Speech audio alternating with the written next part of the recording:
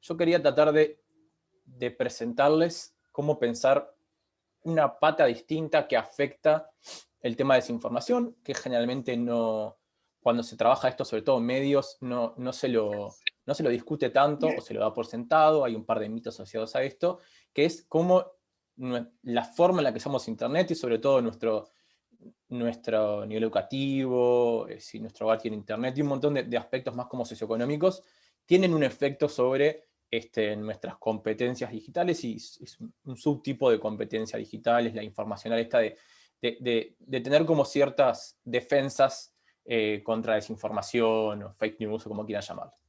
Entonces, un poquitito titulaba la conferencia de desigualdades digitales, por qué son preocupantes aún en el país de Plan Ceibal, porque vamos a ver que uno asume que Uruguay tiene Ceibal, está todo solucionado con el tema de desigualdades o brechas digitales, y de a poquito irnos hacia el final, hacia qué tienen que ver con el tema de la desinformación. Pero les aviso que la idea es tratar de hacer un camino como más conceptual de por qué llegamos desde esto hasta desinformación, y un poquito el racional de esta presentación. Esperen que me gusta ponerle zoom bien grande por si alguno tiene la cámara prendida para verle las caras. Ahí está. Bueno, está.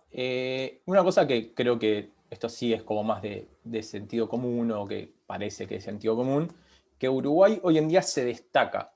Nosotros lo vemos acá, pero a nivel mundial también tenemos como una posición destacada en un país que ha invertido bastante en política pública de inclusión digital. No solo inclusión, también de infraestructura. Me imagino que con la pandemia están leyendo muchas cosas de internet y fuimos, no sé si el primer o de los primeros países que pudimos pasar la educación, por ejemplo, a distancia, o educación de emergencia a distancia, bastante rápido. ¿Por qué? Porque teníamos Ceibal, que daba computadoras a los niños en los hogares, o sea, y había muchos chicos que tenían dispositivos en los hogares, y teníamos una buena red de cobertura de internet de velocidades altas. Lo que sí espero que sepan que no todo el mundo tiene computadora en el hogar, ni todo el mundo tiene internet de alta velocidad en el hogar, y vamos a ir viendo eso. Sin embargo, y esto es una cosa que yo he ido trabajando bastante, capaz que con cosas más académicas, pero también de divulgación, que no se le puede pedir peras al ceibo.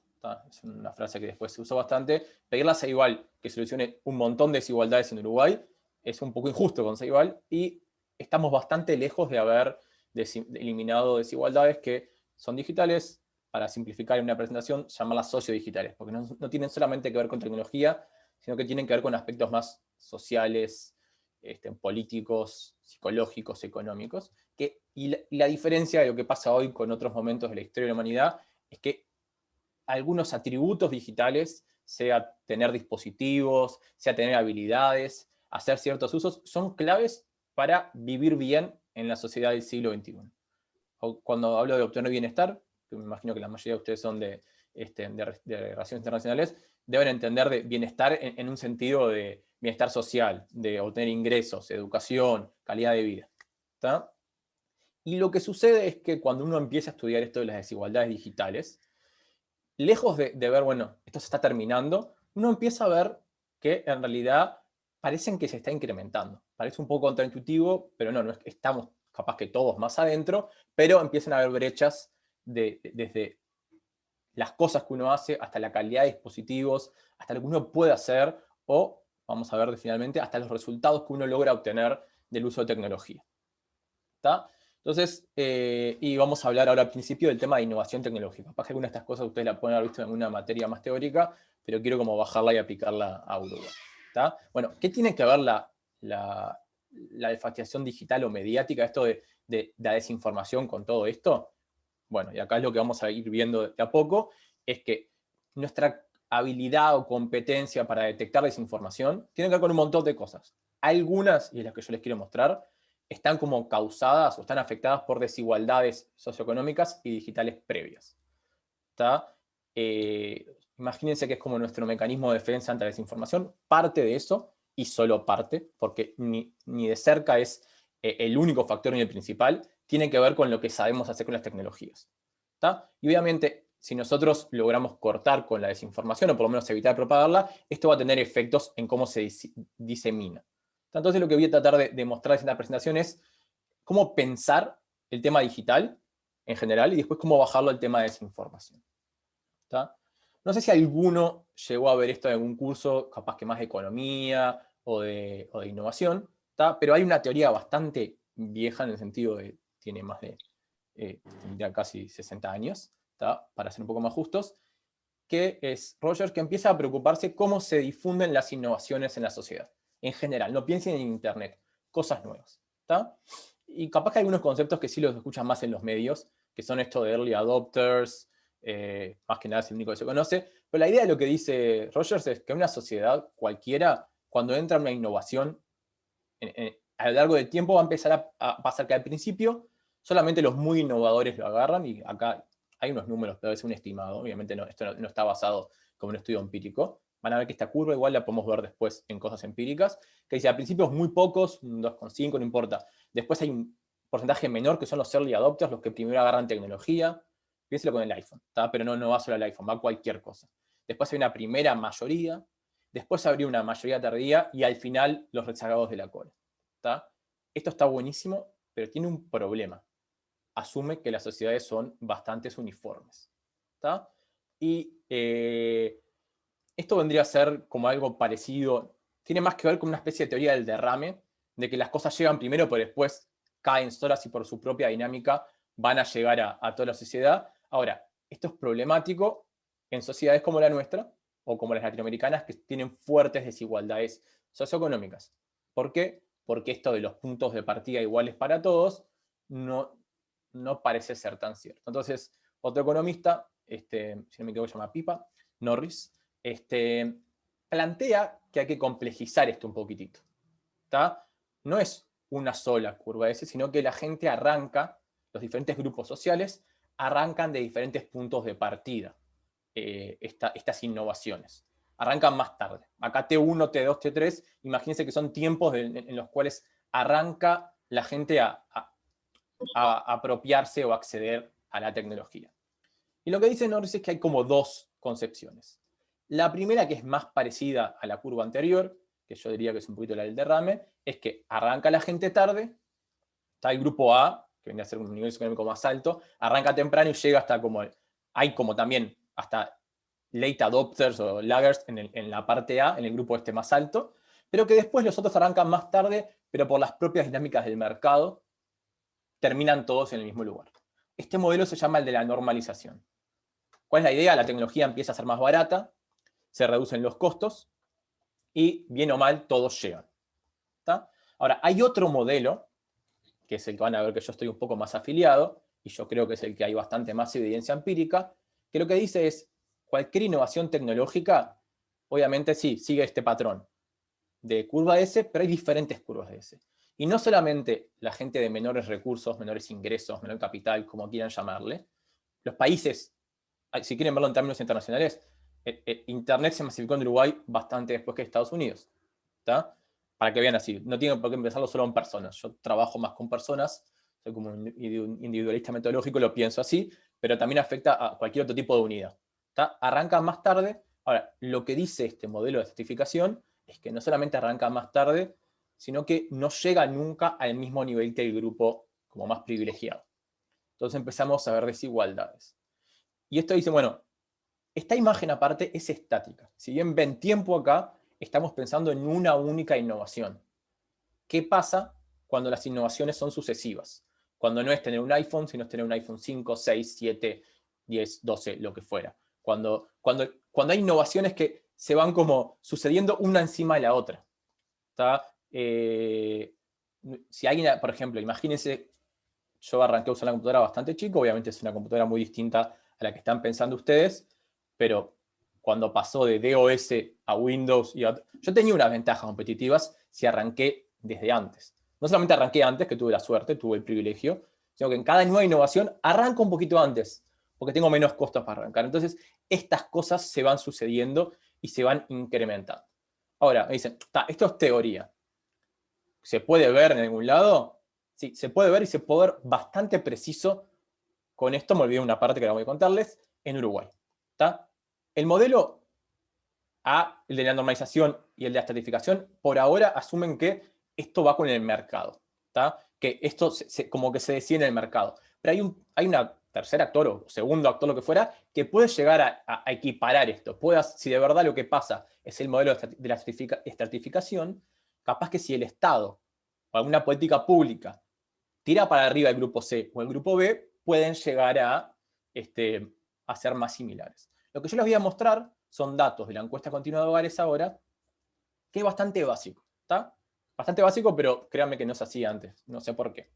A la izquierda y a la derecha son cosas similares. A la izquierda es, desde 2001 hasta 2017, se puede seguir hasta 2019, es porcentaje de personas que viven en lugares urbanos viviendo en hogares con internet, o sea, que en el hogar haya internet, no que tenga internet de celular, ¿está? Según quintiles de ingreso per cápita. ¿Qué son quintiles de ingreso per cápita?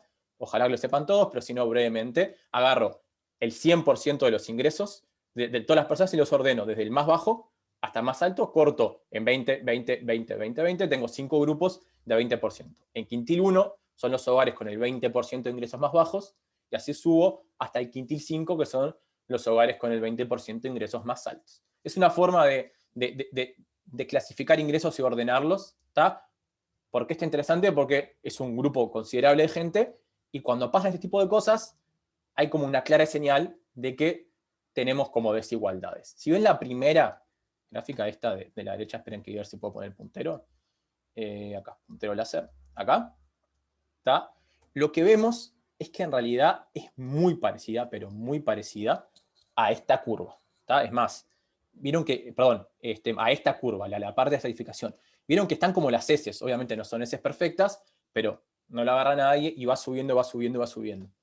Lo que pasa es que obviamente arrancaron desde antes los que tenían más ingresos, y después no parece, que vamos a ver que en realidad después tenemos un paper que hay algo que puede llegar a ver, que haya habido una política universal, o por lo menos que te diera internet en la casa, que hasta ahora no había. Vamos a ver qué pasa con la pandemia. Y estos grupos, las diferencias siguen creciendo. Es más, las diferencias, si uno ve, sobre todo hasta acá, son más grandes, tipo en la segunda década que en la primera del siglo XX. Obviamente acá había mucho menos gente con internet.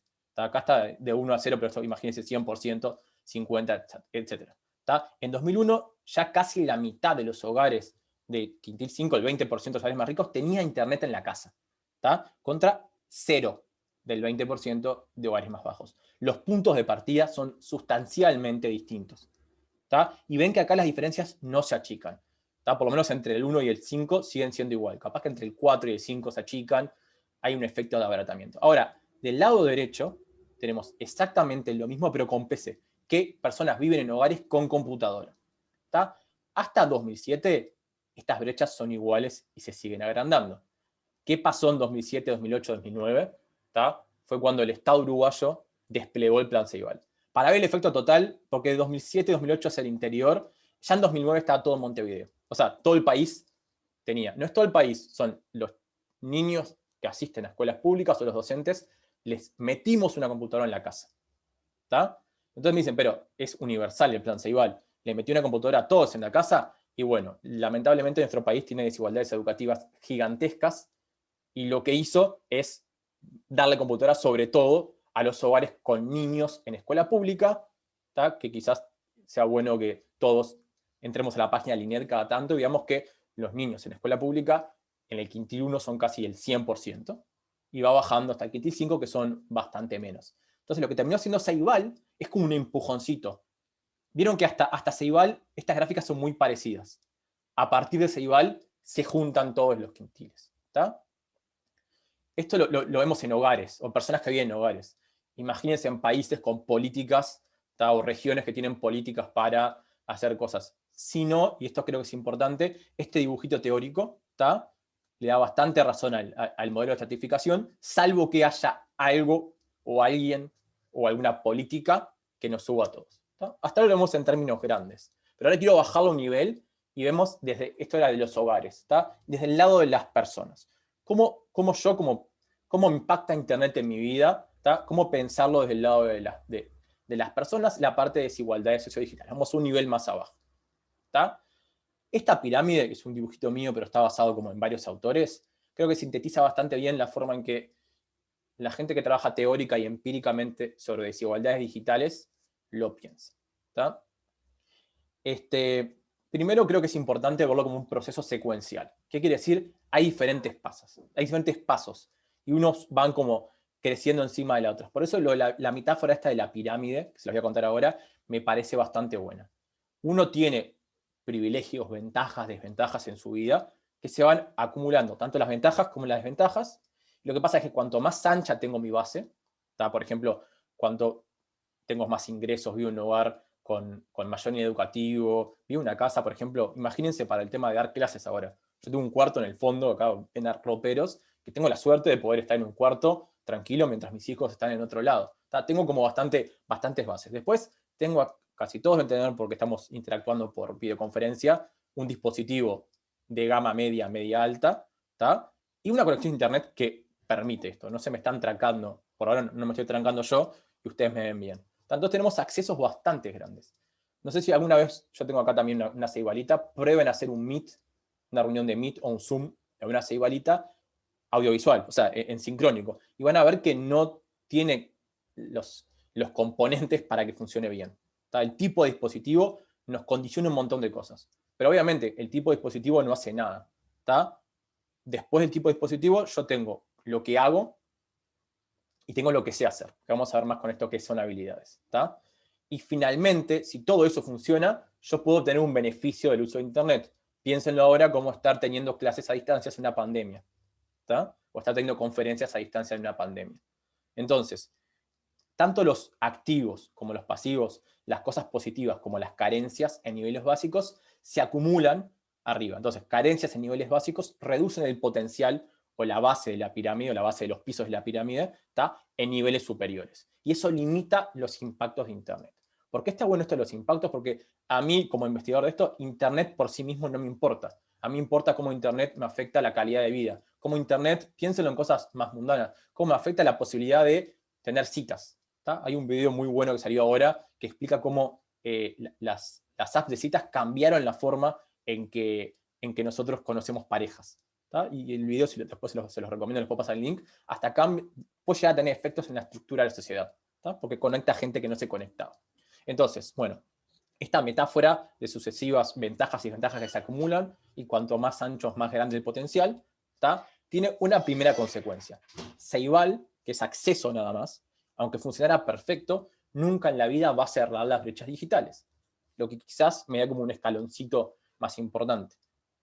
Pero tener computadora igual, vieron que en la gráfica anterior era qué hogares con computadora. Nunca hablamos de las diferentes calidades de la computadora, ni los potenciales que tiene, ni nada de eso. Acá estamos, otra cosa importante, no es acceso a PC. Vieron que cada escaloncito es bastante, aparte de amplio, tiene como una altura. No es lo mismo tener un celular que no me deja instalar apps porque no tiene memoria, que es algo que pasa bastante en ciertos contextos de Uruguay, a los celulares que probablemente tengan ustedes. El acceso no es tengo computadora, tengo celular. Uno debería ver bien qué es lo que es. Lo mismo con Internet, la calidad. Ustedes tienen contrato tarjetero, algunos tienen contrato libre en Internet, tienen límite de gigas, todas esas cosas van generando pisos más amplios.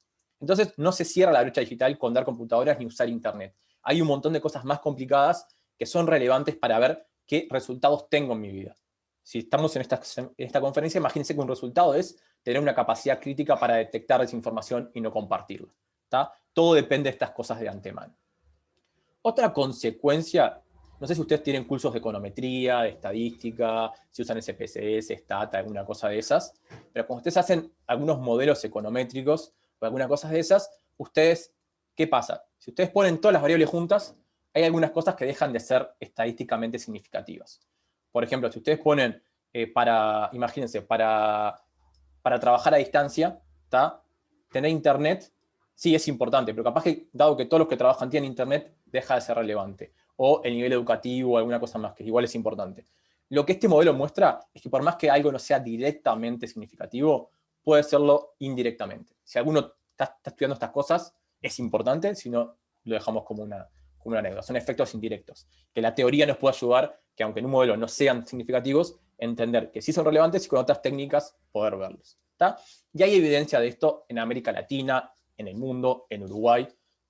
Por ejemplo, en Brasil hay un paper bastante bueno de Cabello Claro y Cabello, que ven cómo por ejemplo, estudian los riesgos y beneficios de Internet para los niños brasileños y encuentran que si bien la variable más importante son las habilidades, los tipos de acceso, ¿tá? Y algunas cuestiones como el género, el nivel educativo, a través de habilidades afectan. Yo les voy a mostrar casos para Uruguay.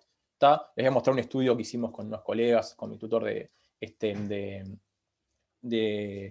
Israel, y Daniela Kaiser, que si no me equivoco fue estudiante de Relaciones Internacionales, ¿tá? Se recibió hace poco, no hace poco, ahora está haciendo un doctorado en criminología, pero lo hicimos con Daniela, que es algo sobre esto, pero con temas de ciberseguridad.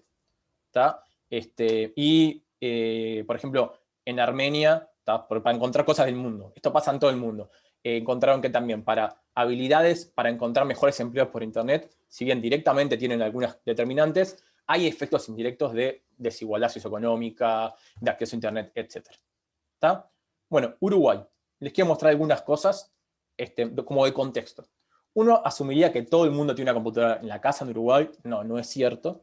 2 de cada 3 personas, es la mayoría. Acuérdense que tener una computadora no quiere decir tener una buena computadora, es tener algo que funcione. Esto está medido antes de la pandemia. Son datos de la encuesta de uso de TIC, que es la encuesta que hace el INE, el Instituto de Estadística con la GESIC. Yo trabajo para GESIC también en esto. ¿Tá? Son datos de 2019. Fin de 2019. Son pre-pandemia, pero es lo de mejor calidad. Estos datos, si ustedes dudan, lo que fuera, entran a la página del INE, los bajan y los pueden procesar. Por eso trato de usar bastante estos datos en presentaciones. Son públicos. Bueno, lo importante es que existen un montón de desigualdades. Por más que 2 de cada 3 hogares tengan PC, hay un montón de factores que afectan las chances de tener PC. Esto es un modelo logístico, no puse los datos, simplemente es como para presentarles los hallazgos más relevantes. ¿Tá? La variable dependiente es si el hogar tiene PC o no. ¿Tá? Las chances de vivir en un hogar con computadora se incrementan enormemente en función del nivel educativo del hogar, los ingresos y si el hogar tiene con Internet. Esto es complicado, pero simplemente sepan que cuando el hogar tiene Internet, las probabilidades de que tenga computadora son enormes. Están muy correlacionados. Ahora, la variable que explica, creo que teóricamente más claro esto, es el nivel educativo. ¿Tá? Comparado con tener un nivel educativo bajo, que es, si no me equivoco, no tener terminado ciclo básico, que en Uruguay muchísima gente no tiene terminado ciclo básico, ¿tá? Si uno tiene nivel educativo universitario, como ustedes, tienen 828% más probabilidades de tener una computadora en el hogar. Estos datos son enormes. Miren, con el quintil de ingresos cambia, es bastante, pero el nivel educativo es lo más importante. ¿Tá? En Montevideo también hay como una cosa geográfica, pero estas dos variables son las más importantes y yo les digo, quédense con esto. ¿Tá? No es tan común tener una computadora en la casa si el nivel educativo de uno es bajo. ¿Tá? Porque todos ustedes lo usan para estudiar, yo lo uso para trabajar, son herramientas necesarias. En otros casos, con un celular capaz que podría bastar. Tiene consecuencias usar solo un celular, que les voy a mostrar ahora. Pero vean las enormes diferencias que hay. Esto no está cerrado ni hay. Cada vez más, no se les mostró acá, pero la brecha de acceso a PC en hogares se empezó a incrementar de nuevo después, en los últimos años, con la masificación del celular. Ahora, les voy a contar otro ejemplo, que es un poquito más sofisticado. ¿Tá? ¿Por qué las brechas de acceso siguen siendo importantes? Esto del uso del celular. ¿Tá? El uso del celular, la masificación del celular, tuvo un montón de beneficios. ¿Tá? Estuvo el acceso y alcance de muchas personas, Internet en cualquier lado, o Internet en la casa, porque capaz que tenía con Internet móvil, pero hay como una discusión teórica que es bastante importante, y yo creo que hay suficiente evidencia para pensar que es problemática, de esto como el salto móvil, mobile leapfrogging en inglés, y los usuarios de segunda categoría, mobile underclass. ¿Cuál es la idea? Si bien hay como nuevos internautas que usan Internet a través del celular sin usar PC, y eso es buenísimo, ¿tá? Hay una idea más teórica de que tener muchos dispositivos, y sobre todo porque los dispositivos se usan para diferentes cosas, me da como más oportunidad. Hay una oportunidad o diversidad de dispositivos. ¿Tá? Entonces hay una discusión sobre esto. ¿Se redujo la brecha digital o se redujo por un lado y se agranda por el otro? Y hay usuarios que experimentan Internet de forma distinta que ustedes, que solamente ven una parte de Internet y una parte de Internet limitada. ¿Tá? ¿Por qué puede pasar eso? Bueno, la PC o una tablet compleja de buenas prestaciones versus el celular tiene algunas ventajas en términos de memoria, en términos de procesamiento, tamaño de pantalla, capacidades de tipeo, que es importante, ¿tá? Software laborales, educativos, y en general lo que dice la literatura es que favorece las actividades que incrementan el capital. Yo puedo hacer muchas cosas en el celular y de emergencia la puedo usar, pero quiero escribir un artículo, quiero hacer un examen, quiero hacer un montón de cosas, yo necesito la computadora. tiene un montón de ventajas. Y para todas las cosas donde uno obtiene beneficios en la vida, sea educativo, laboral, aprender, lo que sea, da una ventaja. O sea, usar una computadora o un dispositivo de alta gama da ventajas. Entonces, durante la cuarentena, por ejemplo, volvieron a aparecer esta idea de que quien tiene computadora en la casa tiene ventajas para la continuidad educativa, que antes habían desaparecido. O sea, con el celular basta. Bueno, aprendimos con el celular no basta. Yo creo que esto nunca debió pasar, pero es un tema como de teórico. Acá si quieren tienen referencias, que yo después voy a pasar los links, que hay un par de estudios que muestran este tipo de cosas. Ahora, en Uruguay, ¿qué pasa? En Uruguay, 1 de cada 3 personas, si no me equivoco es de 14 y más años, 1 de cada 3 usa internet solo a través del celular, no usa ningún otro dispositivo. Ya es bastante alto eso. Ahora, si bien no es la mayoría, si uno va a fijarse en el 20% de hogares más pobres y entre las personas que no terminaron ciclo básico, o sea que no aprobaron tercero de liceo, es más de la mitad. Más de la mitad de esas personas usan internet solo a través del celular. No tocan una computadora para usar internet. Y eso empieza a ser problemático. ¿Por qué? Primero porque está altamente relacionado con el nivel educativo también. Versus, acá es al revés. Tener nivel educativo bajo o ingresos bajos me incrementan enormemente la chance de ser usuario solo de celular. También no tener una computadora en mi hogar. Ahora, tener internet en el hogar no cambia. Lo importante acá es que yo tengo una computadora, tengo a disposición otro dispositivo y puedo hacer otras cosas. Vean esto, si yo no terminé el ciclo básico, tengo 609% más probabilidades de usar solo el celular que si tengo un nivel educativo universitario. También, las diferencias son enormes. Ahora usted puede decir, Matías, ¿qué importa esto? ¿Tiene efectos en algo? Bueno, les quiero mostrar un caso donde tiene efectos, que capaz que no tiene nada que ver con esa información, pero es como para mostrarles. Simplemente es un ejemplo. Que es el tema, bueno, antes que nada, perdón, sí, hay 2 casos. Uno es en el nivel de habilidades digitales y otro es en el gobierno electrónico. ¿Qué son habilidades digitales? Da para una conferencia entera, pero es las cosas que yo puedo hacer por mí mismo en Internet o con tecnología digital. Va desde saber apagar y prender la computadora por mí mismo, que hoy en día es casi universal, pero yo arranqué a hacer esto en 2010 y había mucha gente que no sabía apagar y prender la computadora por sí mismo, sobre todo personas de mayor edad. Y en el otro extremo está programar, que si ustedes saben usar estas cosas, les dije, R, saben programar, pero hay otras formas de programar. Pero también hay cosas que no son tan obvias, que son habilidades digitales. Por ejemplo, saber cuándo compartir y cuándo no compartir algo en Internet. Es una habilidad un poco más cognitiva, que es, bueno, esto que voy a escribir, ustedes a veces borran, tienen eso de escriben algo y se dan cuenta que no es adecuado para compartir y lo borran. Bueno, eso es parte de una habilidad importante, se van a dar cuenta que como el lenguaje y como las actitudes en la calle, hay gente que no tiene claro eso, y, por ejemplo, eso tiene consecuencias en el mercado laboral. Si uno tiene sus cuentas de redes sociales abiertas y tiene fotos inapropiadas y comentarios inapropiados, cuando lo googleen para conseguir trabajo, van a encontrar eso y les va a perjudicar. Esa es una habilidad digital. Otra habilidad digital es, por ejemplo, estas informacionales que les vamos a ver más adelante, es tener claro cuando, si yo busco algo en internet, si puedo saber si es veraz o no, si es cierto o no. ¿Ok? Hay un montón de cosas más. Hay formas de medirlo. En la EUTIC, esta encuesta, usamos el módulo de habilidades digitales que mide la UIT, la Unión Internacional de Telecomunicaciones. Es la partnership para la medición de ICT. No importa, es como un estándar internacional que de 23 preguntamos 18. Son variables dicotómicas, si no, después las pueden ver si quieren. Ahora, en promedio, los uruguayos de 14 y más años que usamos internet, decimos que podemos hacer solos 11 de estas 18. Ese es el promedio. Pero obviamente hay un montón de diferencias en función de variables socioeconómicas. Esto es un modelo más clásico, es un OLS, que es es un modelo que el promedio es 11, pero después cuántas más o menos habilidades uno puede tener en función de diferentes atributos. Por ejemplo, el número de habilidades se incrementa en función, obviamente, del nivel educativo, de los ingresos del hogar, del tipo de acceso a Internet, que vamos a ver a todo, pero también con la edad, la región y el sexo.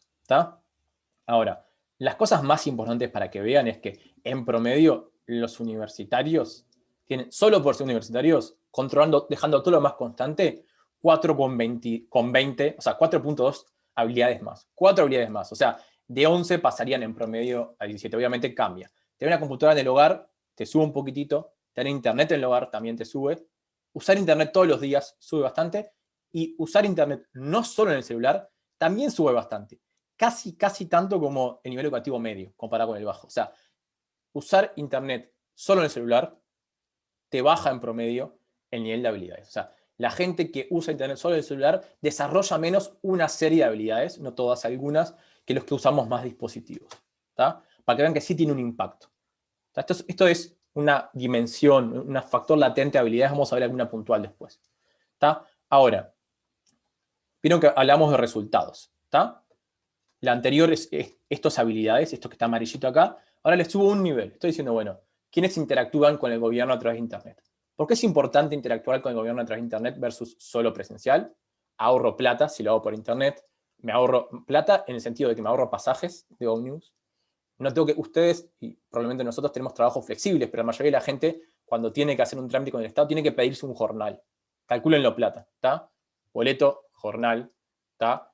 Y probablemente si uno no sabe usar Internet, no tiene información correcta sobre qué papeles tiene que llevar para ir. Entonces, calculen más de un viaje en promedio. ¿Está? Entonces, cuando uno predice quién interactúa a través del Estado con Internet, la mayoría de la variable más importante de todas terminan siendo las habilidades, esta anterior. ¿Tá? Cuantos más habilidades, más chances de interactuar con el Estado a través de Internet. Y las demás dejan de ser relevantes. ¿Tá? Si uno se quedara con eso, dice, bueno, está, lo único que importa son las habilidades. Pero si uno hace modelos de mediación causal, ¿tá? ¿Qué variables tienen un efecto indirecto? Se da cuenta que, por más que no sea directo, ¿tá? Las chances de hacer algo con el Estado a través de Internet se incrementan bastante fuerte, en un 133%, si uno tiene una computadora en la casa, si uno tiene nivel educativo alto, si uno tiene Internet en la casa, si uno usa Internet más allá del celular, etc. ¿Tá? O sea, esto de cómo uso Internet, desde dónde me conecto, qué habilidades tengo, tiene efectos en cuestiones como más, que tienen impacto en la calidad de vida. Ahora, no es todo tan sencillo, no es más habilidades pero si bien no son todo, ayudan. Les voy a dar otro ejemplo distinto. ¿Tá? Las habilidades y la educación que son importantes no son todo. Hay muchos otros factores que importan, pero ayudan bastante. ¿Tá? Este es un paper que hicimos con Gustavo, mi tutor en Haifa, que es un argentino, si alguna vez lo quieren buscar es muy interesante. ¿Tá? Que es por ejemplo, quiénes caen en estafas en línea. ¿Tá? Como les habían comentado, yo trabajo temas de ciberseguridad, y es quiénes son víctimas de estafas en línea. Esto es con una base bastante grande en Estados Unidos, creo que es 2015. Es un panel que hicieron porque una asociación de jubilados, porque les preocupaba que los jubilados tendían a caer más en estafas en línea, pero lo hicieron para todo el país, esto es para Estados Unidos. Lo que hicimos fue pensar bien el problema. ¿Tá?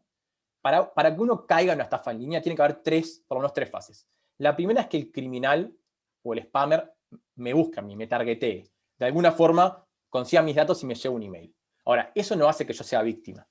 Hay como dos fases más. La segunda, tengo que caer en la estafa, creerle y responderle. ¿Tá? Y aún así, puedo no ser víctima, porque capaz que él no me sigue o al final no terminen perdiendo plata. Pero es que me encuentren, que yo responda, que caiga en la estafa y que pierda plata. Lo que hicimos nosotros fue estudiar las dos primeras fases. Lo primero que es importante es que me targetee no es al azar. Para que alguien me mande un correo de estafa, hay algunas cosas que son importantes. Primero, mi autocontrol. ¿Tá? Y también cuánta información personal yo revelo en Internet.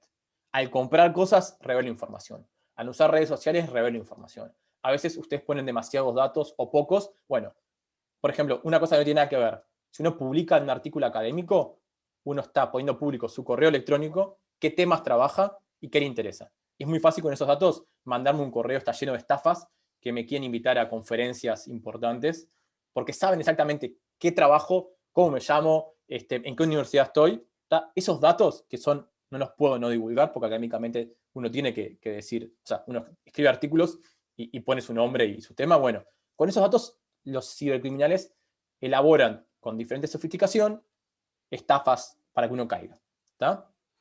Ahora, que a mí me lleguen más estafas porque estoy más expuesto en Internet, hago más cosas, no quiere decir que yo caiga más. ¿Tá? La segunda parte, que es quién responde o quién cae, esto que hago en Internet no tiene nada que ver. El autocontrol, sí, obviamente una persona con bajo autocontrol va a tender más a caer en las estafas, pero la educación es importante. La educación cuanto mayor nivel educativo, menos chances de caer en las estafas. Y hay una variable que no está reportada, pero está procesada, es que cuanto más sé de Internet, cuanto más habilidades tengo, también tengo menos chances de caer. ¿Por qué? Porque ya empiezo a conocer cómo funciona Internet, ¿tá? Empiezo a poder distinguir cosas falsas de no falsas, y acá vamos entrando al tema de desinformación, ¿tá? O sea, si una persona me promete que me va a dar una herencia de no sé cuántos millones de dólares, yo ya sé que no, ¿tá? Pero capaz que una persona que nunca usó Internet, imagínense en cuarentena, que por primera vez en su vida tiene que comprar algo por Internet y le llega una promoción buenísima, es como más esperable que caiga en eso, o por lo menos tiene menos barreras. Les voy a contar una anécdota. O sea, a mí me llegó un correo, a mi abuela le llegó un correo que tenía una herencia, de poca plata, ¿tá? Pero estuve a punto de tirarla a la basura, ¿tá? Porque tenía todo, o sea, pero yo más o menos trabajo en esto y entendí que ese correo parecía demasiado serio para hacer una estafa, ¿tá? Como tengo ciertas habilidades en eso, habilidades digitales, y empiezo a detectar, pero no parece el príncipe de Etiopía que te promete plata o la herencia. Y si efectivamente una pariente de Europa que sobre la guerra, que tuvo un contacto, dejó, no sé si eran 500, $1000, pero no todas las cosas son de mentira. Entonces, tampoco esto de rechazar todo porque es una estafa, es una conducta muy razonable. Les digo que pasa esto, pero sí hay que poder estar atentos. Bueno, acá de nuevo, tiene consecuencias en esto de gobierno electrónico, tiene consecuencias en la detección de información falsa, sobre todo con estafas. Este es el artículo con Daniela, que fue alumna de acá. Lo que hicimos fue estudiar algo parecido, más que nada, quién es víctima, quién se protege en Uruguay. Estos son datos para Uruguay. Uno de los objetivos del estudio es ver si toda esa teoría gringa, que eran países anglosajones, se aplicaba en Uruguay, ¿tá? Y usamos dos teorías, una más cognitiva, que es parecida a quién se va a vacunar y quién no, quién se protege y quién no. Si les interesa después, el paper es open access. Y la otra es teorías de crimen, que ahí Daniela le metió la parte más de criminología, y desigualdades digitales, ¿tá? Los resultados van en línea con toda la literatura de este tema, es que las habilidades digitales es el predictor más importante de quién se protege y quién no, o quién es víctima y quién no en Internet, ¿tá? Obviamente hay, esto que les contaba, también hay efectos indirectos sobre esto. O sea, si yo soy hombre, mujer, ¿tá? Eso me incrementa, por ejemplo, ser mujer incrementa las chances de cuánto miedo tengo que sea malo para mí. Y lo subo, eso tiene que ver con temas de género y de desprotección, ¿tá? Pero también cuanto más uso Internet, o cuanto más nivel educativo tengo, más habilidades digitales tengo y eso hace que me proteja más, ¿tá? Se corrobora esto que les decía, la secuencialidad y la relevancia de las variables sociodemográficas. Y esto es importante, que estas cosas, que en realidad no les comenté, pero muchas están basadas en países, o sea, en estudios sobre países más ricos, ¿tá? Ricos, imagínense, Estados Unidos, Europa, pasa en Uruguay. Como un poco uno de mis objetivos académicos es tratar de estas cosas también, mostrar que en Uruguay pasan y que Uruguay es importante para poder discutir estas cosas con el mundo anglosajón o el mundo desarrollado, o otros países que no son desarrollados pero no hablan español, como por ejemplo eso que les mostré de Ceibal, sería importante para discutir políticas públicas de tecnología en un montón de países, no solo en Uruguay. ¿Está? Bueno, ahora vamos a ir como acercándonos a otras cosas más. ¿Está? Ahora, no se queden con este cuento de más habilidades digitales es mejor. Vamos a la parte de niños y adolescentes, que también trabajamos en eso. Otro estudio que les recomiendo si les interesa en algún momento entender qué pasa con la infancia y adolescencia en Internet. ¿Tá? No hay muchos estudios, sobre todo encuestas representativas de calidad. Literalmente antes de Kids Online no había un estudio a nivel país. ¿Tá? Kids Online es Uruguay, busquen, lo encuentran, googlean Kids Online Uruguay y encuentran informe. ¿Tá? Hay muchos estudios, sobre todo comparados, de esta red de Kids Online, que es un proyecto que surgió en Europa, se hace en el mundo, y hay como 50 países que hicimos un cuestionario parecido. ¿Tá? Es que más habilidades digitales en niños sin habilidades socioemocionales o autocontrol, si bien le dan más oportunidades a los niños, también los exponen a más riesgos. Voy a ser totalmente informal, yo le llamo a veces la hipótesis de mono con metralleta, es si uno no tiene como otras habilidades, y uno da como, sé hacer un montón de cosas, pero uno después, por ejemplo, no sabe detectar algunas cosas o tener como autocontrol a la hora de hacer cosas en Internet, puede llegar a hacer más cosas, pero más cosas peligrosas también. ¿Tá? Algunos ejemplos locales. ¿Tá? Un estudio que hicimos con unos colegas uruguayos y chilenos, ¿tá? Que es ciberbullying. ¿Tá? ¿Está de moda? Bueno, primero que ciberbullying solo no dice nada. En general, bullying y ciberbullying están muy vinculados y El peor es cuando es bullying presencial, con ciberbullying, no importa. Más allá de eso, todo el que es víctima de algún tipo es víctima por pares, gente de su edad, que le hace algo en internet, sea bullying o sea simplemente, imagínense en un juego, algunos no sé si tienen juegos en internet, y vieron que la gente a veces es un poco tóxica, bueno, encontramos que habían dos grupos, los que son como víctimas de cosas tóxicas en internet, que la pasan mal, pero ni ahí tan mal como la gente que es víctima de bullying, y las peor que no la pasan los que son víctimas de bullying online y bullying presencial. Imagínense que la escuela era bastante difícil, ahora no puedes escapar. Antes te ibas de la escuela y no pasaba nada y ya tenías otra cosa, ahora es muy difícil escapar. Bueno, la gente que es víctima de acoso de pares en línea, en general tiene más habilidades digitales que las que no. ¿Está? ¿Por qué? Porque usa más internet en general y sabe hacer más cosas. ¿Está? O sea, que no siempre es algo positivo. Hay otras cosas que son relevantes. Otra cosa más, por ejemplo, que esto es un paper que está por salir, hay una pregunta en Kids Online que es, ¿qué haces cuando alguien te pide un pedido de amistad en internet? A niños de 9 a 17. ¿Está? Entonces, ¿qué haces? ¿Los aceptás sí a todos? ¿Aceptás solamente cuando tienes amigos en común? ¿Cuando los conoces? ¿O cuando los conoces muy bien? Hay como una escala, un gradiente de familiaridad con la persona. ¿Está? Es cercanía proximidad de los lazos, si quieren pensarlo en términos de Granovetter o de redes. Entonces, hay un montón de factores, pero las habilidades digitales, cuanto más habilidades digitales tengo, el niño, más propenso es a aceptar gente menos conocida. No quiere decir que acepte a todo el mundo, pero o sea, es menos propenso a aceptar solamente a los que conoce muy bien. Ojo que a los 17 años aceptar solo a los que conozco muy bien puede ser negativo, no siempre es positivo. ¿Tá? O sea, el problema es cuando chicos de 9 años aceptan a todo el mundo sin importar qué. Ahí tenemos una situación como más de peligro. ¿Tá? Bueno, las habilidades digitales tienen un rol ahí. Hicimos un estudio y juegan. Tienen un efecto significativo controlando con un montón de cosas. En el fondo, y es un poco la moraleja de esto, depende de qué tipo de habilidades digitales. Las operativas, que son saber hacer cosas en la computadora, son muy buenas, pero si yo no tengo habilidades, por ejemplo, de informacionales o de navegación, que esto de saber chequear la veracidad de la información, por ejemplo, qué compartir y qué no, es bastante peligroso. Ahora, si yo puedo entender qué compartir y qué no, puedo entender cómo comportarme en Internet. Hay un término que le llaman en Digicom que es netiquette o etiqueta de Internet, qué decir y qué no decir en ciertos lugares. También hay otro tipo de habilidades que son como más útiles para la persona y el bienestar psicológico, hasta para el empleo, que son las creativas. Hay gente que consume cosas en Internet y gente que consume y crea. ¿Tá? Miren que ahora está el tema, alguien habla de consumidores y prosumidores, ¿tá? Que como yo creo que hay algo en el medio, que somos los curadores de contenido, que el hecho, por ejemplo, de elegir qué compartir y qué no, es muy importante y no se toma en cuenta, pero también es algo que va aprendiendo. Uno puede compartir basura, uno puede compartir cosas un poco más interesantes. ¿Tá? También hay otras habilidades que no están medidas acá, que pueden ser específicas. Uno de mis papers es con habilidades de ciberseguridad, otros no.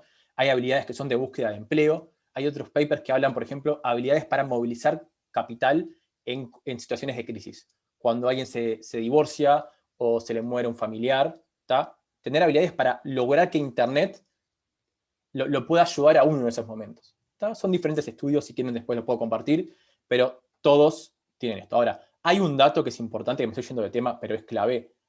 El concepto de nativo digital, ¿tá?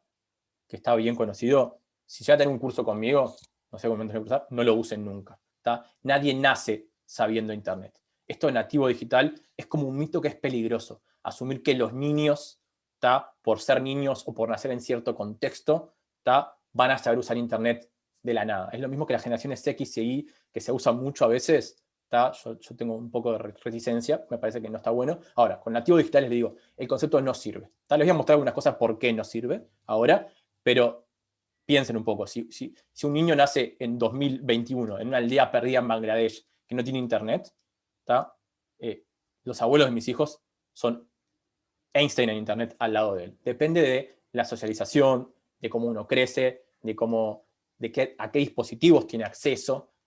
Tengan cuidado. Es más, hay tantas diferencias entre diferentes tipos de niños como entre niños y adultos. Obviamente entre adultos hay un montón de diferencias. Le voy a mostrar esto, ya estamos como un poco más cerrando, que es yendo hacia las preguntas más vinculadas a desinformación. ¿Tá? Esta es la encuesta Kids Online Uruguay. ¿Tá? Son las preguntas de habilidades digitales, son un poco distintas a las de la EUTIC. Lo único bueno de Kids de estas preguntas es que son comparables con todo el mundo. Hay un informe comparado, después se los dejo, que compara Uruguay con Ghana, con Chile, con Italia, con otros países. Ahora es un zoom en Uruguay, ¿está? Les voy a leer algunas para que vean. Son preguntas. Sé cómo instalar aplicaciones en un celular o tablet. Los niños, un 90% dice que sabe cómo hacerlo.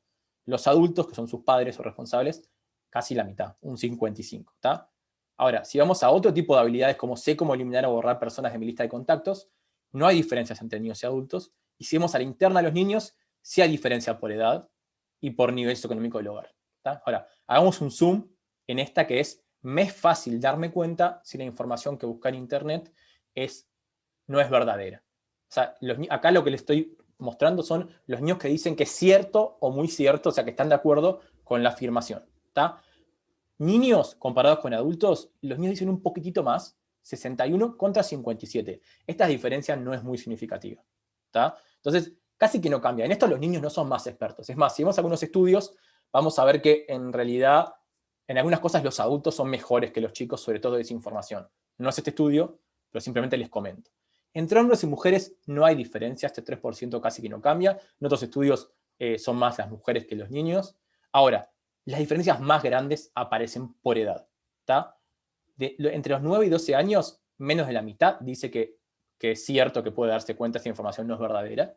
Va subiendo entre los 3 y los 15, que son 7 de cada 10, hasta 8 de cada 10 entre 16 y 17. Es un montón, no son 10 de cada 10. Y aparte, es una autopercepción. No quiere decir que sepan, quiere decir que tienen confianza en. Hay otros estudios que les voy a contar que sí se puede medir esto. Ahora, Montevideo Interior, hay diferencias, no sé, es medio raro esto, no se condice con la literatura, pero también hay diferencias, y son relativamente bajas acá, con el nivel socioeconómico. 57, 63, 66. Por lo menos entre bajo y alto hay diferencias. Ahora, acá hay un problema. Estamos hablando con niños que están todos escolarizados, o casi todos. Acá la edad es muy parecida al nivel educativo. ¿Está? Porque los de 9 y 12, a lo sumo, están en la escuela terminando, y los de 16 y 17, en el mejor de los casos, capaz que tienen un nivel educativo liceal o están en preparatorio. ¿Está? Acá entonces no tenemos el nivel educativo. Acuérdense, estas son poblaciones más pequeñas y homogéneas. Pero igual vemos diferencias. Y vemos que no son nativos digitales. ¿Está? Entre los niños hay bastantes diferencias. Por ejemplo, esta otra. Sé cómo hacer que mi perfil o user sea privado. Por ejemplo, que no puedan ver lo que comparto. ¿Está? Acá hay una diferencia entre niños y adultos, 60-47. Pero miren con la edad, 36 a 91. ¿Está? Un niño pequeño que usa internet tiene pocas chances de hacer esto. Y con el nivel socioeconómico las diferencias son bastante más grandes. 52 contra 83, en el bajo o en el alto. O sea que, de nuevo, me tienen que creer ahora con datos que no todos los niños son nativos digitales.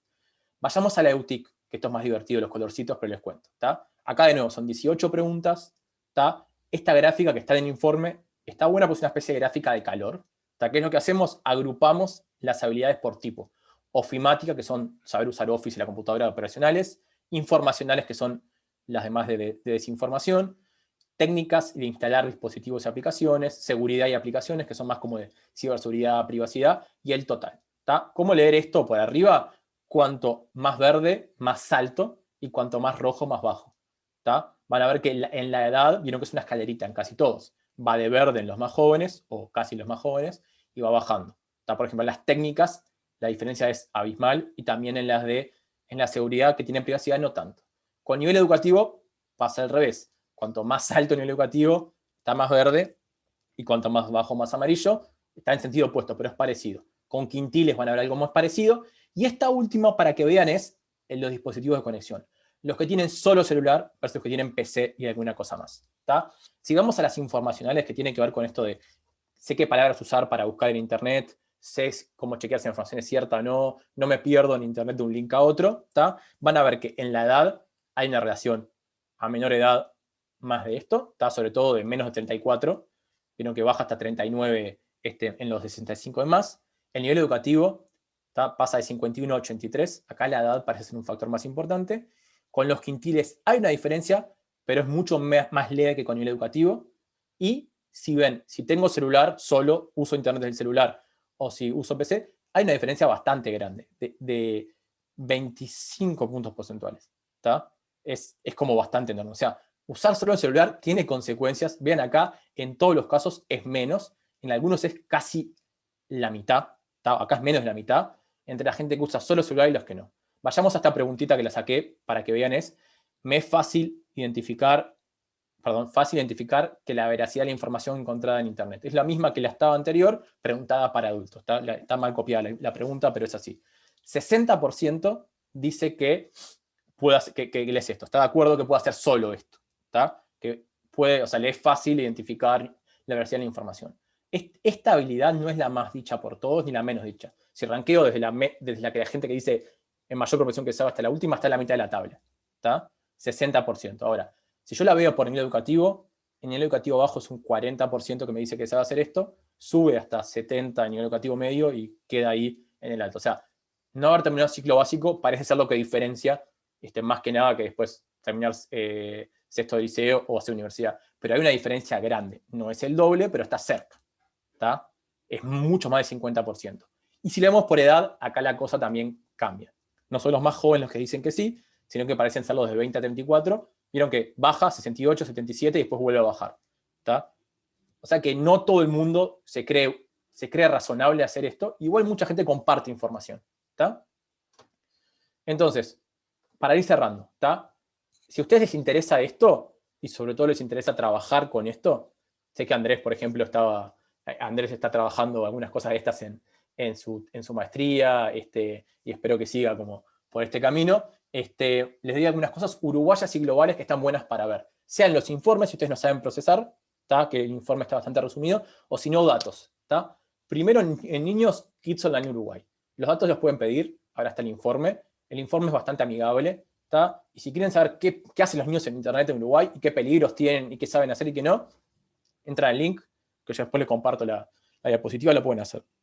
Con colegas de Brasil, Chile y Costa Rica, hicimos el mismo estudio en varios países, en años parecidos, y tenemos un informe comparado. Este informe está bastante bueno porque le agrega más cosas, está en español, es de CEPAL, pueden acceder. Si les interesa ver qué hay de diferente entre regiones, yo les aconsejo que no comparen tanto como puntos o no, porque tenemos metodologías un poquito distintas. En Uruguay preguntamos a todos los niños, sin importar si usaban Internet o no, que usaban casi todos, el 100%, pero en otros países fueron más quisquillosos y nuestra muestra es bastante buena. Parece que nos va peor en algunas cosas, pero tengan en cuenta que no nos va tan mal porque tenemos un universo mucho más heterogéneo. Otro estudio, también del estilo, hay un estudio global de Kids Online que compara a Brasil, Chile y Uruguay con Ghana, Italia, Montenegro, si no me equivoco, Filipinas y otros países. O sea que sí hay una forma de esto comparado. Hay un estudio nuevo que es lo mejor que pueden ver en términos de habilidades digitales en jóvenes, que se está haciendo ahora en la Unión Europea, se llama Wise Skills Project. Les recomiendo que vayan a leer acá, está bastante bueno y trabaja estos temas. Trabajan como más específico de desinformación. Los que mejor miden habilidades digitales a nivel encuesta son estos. Hay un estudio que si no lo conocen, está buenísimo que lo conozcan, que se llama ISILS, que es Information and Computer International Study on Computer and Information Literacy, algo así, ¿tá? Que es, a diferencia de los otros, estos testean como en vivo qué sabe hacer un chiquilín. Se hizo en todos los terceros de escuela de muchos países. Uruguay formó parte, lo tiene ese igual. Acá no es que le pregunta qué sabe hacer. Le ponen una tarea, por ejemplo, encontrar cuál de estas páginas tiene información más veraz. O ordenar estas cosas en función de cuál deberías acceder y cuál no. Tiene un montón es como que testea como en una plataforma online. ¿Tá? Es parecido, no sé si alguno hizo el FIRST o el Prof por internet, que tiene unas plataformas que hacen pruebas y todo, o si alguno va a estudiar afuera que va a tener para el GRE. Es una plataforma, es como una especie de, como si fuera una computadora que te hace tareas en vivo. Está muy bueno, muestra que estamos un poquito mal comparado con otros países, pero los países con los que nos comparamos son bastante más desarrollados. ¿Tá? Lo pueden acceder también. Después, las encuestas de usos de TIC en Uruguay, cualquier cosa de marketing que hagan o sobre Internet, cómo impacta en Uruguay, estas encuestas tenemos 2010, 2013, 2016 y 2019, casi 10 años.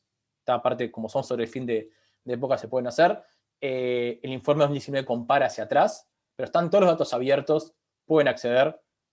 Cualquier duda que tengan sobre Internet en Uruguay, esta es la información más confiable, pero aparte es la oficial. Es la que Uruguay, si ustedes que trabajan con datos internacionales, cuando Uruguay manda algo sobre Internet para que aparezca en el informe de Banco Mundial o de Naciones Unidas, lo que fuera, deberían ser estos datos. Sobre todo desde 2016 en adelante son estos datos. los pueden chequear. Y después hay un proyecto llamado DISTO, que es From Digital Skills to Tangible Outcomes, que es como más académico, pero se interesa más por esto que le decía, resultados tangibles del uso de Internet. En Uruguay tenemos una oleada que le hicimos desde la Católica en 2017.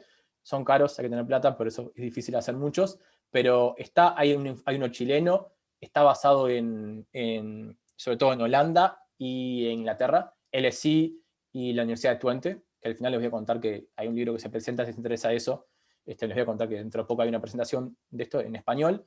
La autora principal hay dos, pero Ellen Helsper si bien es holandesa, trabaja en Inglaterra, vivió en Chile mucho tiempo, habla español y es una genia, se contesta preguntas. Y bueno, para cerrar y darle como rondas bueno, les paso el chivo, perdón. El 28 de mayo va a haber una conferencia donde Ellen va a presentar un libro que un poco resume la parte más teórica de varios estudios de esto, que después capaz que les hago llegar a Andrés y a los docentes la conferencia que va a estar bastante buena. Bueno, resumiendo un poquito de síntesis y reflexión sobre lo que les comenté. Primero, las desigualdades sociodigitales son un fenómeno multidimensional y secuencial. Hay muchas causas y aparte pueden afectar diferentes cosas a la vez. Están estrechamente vinculadas con SIEs, que son Socioeconomic Status, o sea, con desigualdades socioeconómicas, pero también están basadas en logros y competencias previas. Y hay gente que habla de competencias del siglo XXI, me imagino que ustedes deben escuchar todo el término de habilidades socioemocionales, habilidades del siglo XXI, no son solo digitales, y a veces las digitales requieren que uno tenga otras habilidades, eso es importante. Otra cosa clave es que las brechas digitales de acceso, no las de uso de habilidades, las de acceso no están cerradas y aún siguen afectando resultados posteriores. Que las brechas socioeconómicas y las de acceso afectan las competencias digitales directa e indirectamente y a través de ellas afectan la desinformación o por lo menos las chances de actuar sobre desinformación y poder detectarla. Una cosa que no dije acá, y que es otra presentación, es posible capacitar en desinformación. Hay cosas para hacer. Son todo el tipo de cosas que yo no hablé en mi presentación.